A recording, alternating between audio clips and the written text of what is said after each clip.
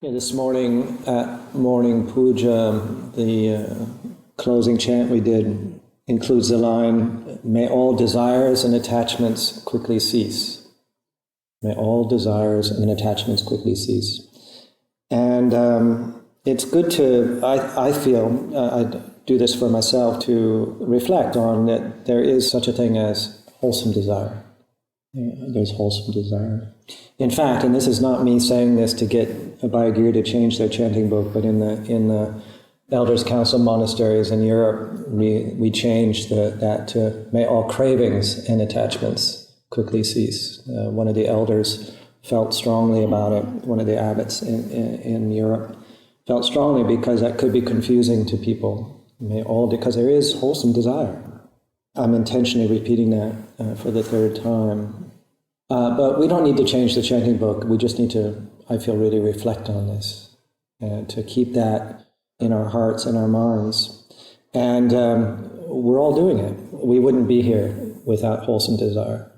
So it's not like I'm saying this because we don't have it already, but it's to keep track. Okay, is my desire wholesome?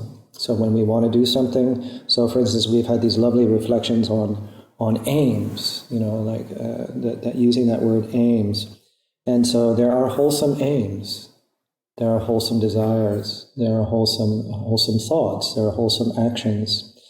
Sometimes the Buddhist path is also referred to, I haven't found it so much in the sutras, but viryavada, it's a path of effort, of using wholesome effort, hinging it around right effort and the Eightfold Path. But also there is effort being put into this. And one of the ways that I've found most useful in myself to reflect on this, that I learned from my teachers and guides, is what I'm wanting, what I'm desiring, what I'm aiming at, is it self-centered? So first of all, is it ethical? Is it ethically pure, or is it unethically pure?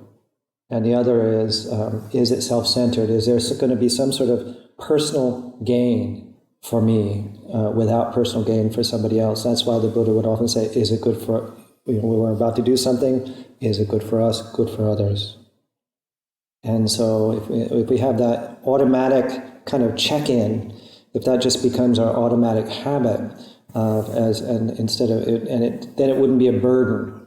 It wouldn't be a burden to always be thinking, okay, I'm about to do this. Is it good for me? Is it good for them? Or, it just becomes, you just know, because you're in tune. You're using all this meditation, mindfulness practices, we're really in tune with our intention.